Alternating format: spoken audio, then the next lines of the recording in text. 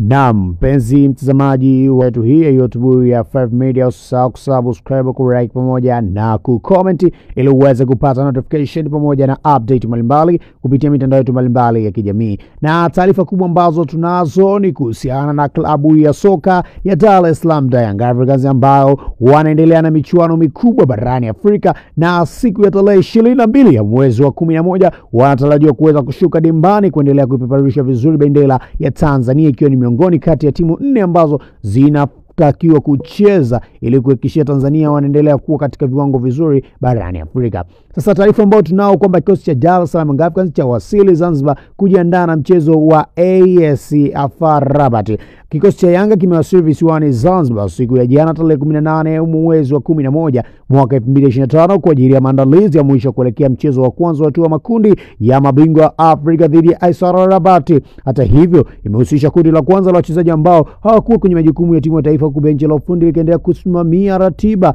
ya maandalizi inaongozwa na kocha Pedro. Mchezo huo wa awali wa makundi umepangwa kuchezwa Novemba 22 mwaka 2025 katika uwanja wa Benjamin katika uwanja New Aman Complex Zanzibar kuanzia majira saa 10 jioni, kwa mujibu wa taarifa iliyotolewa na ofisa habari wa masuala ya klabu ya soka Dar es Salaam Young Africans Ali Shabani Kamwe. Safari hiyo imepangwa kupitia njia ya boti na maandalizi yote muhimu yamekamilishwa mapema na kuendelea kwa kasi, kwa mujibu wa taarifa ambazo zimeweza kutolewa. Katika msafara huo, Yanga imeondoka na wachezaji waliokuwa wakifanya mazoezi jijini Dar es Salaam chini ya kocha Concalves. Hata wale ambao hawakuitwa kwenye timu za taifa, kama maelezo kuwa wachezaji kutoka timu za taifa ya Tanzania tayari wamerejea na wameungana na kikosi hicho katika safari ya leo, na baadhi ambao hawajaweza kufika basi na wao wataungana na kikosi hicho moja kwa moja kuelekea kule katika visiwa vya Marashi ya Karafuu, ambapo Dar es Salaam Young Africans wamechagua uwanja wa New Aman Complex kama uwanja wao wa nyumbani.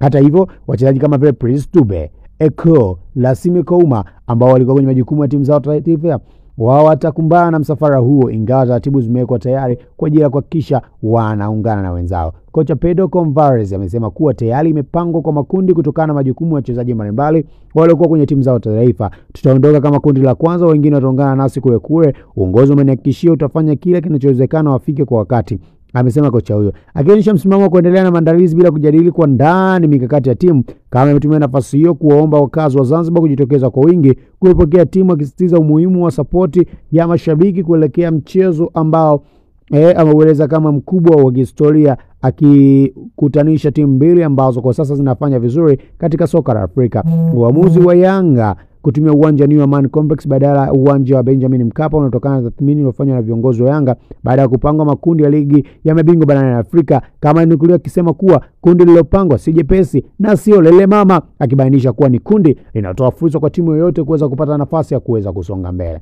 Nini maoni yako pia kutokana na yale ambayo yameweza kutokea jana dhidi ya Dickson Job? Hidi 5 Media, don't forget to subscribe, like pamoja na kucomment ili uweze kupata notification pamoja na update mbalimbali kutoka ndani na nje ya mipaka ya Tanzania. Bye, mpaka wakati mwingine.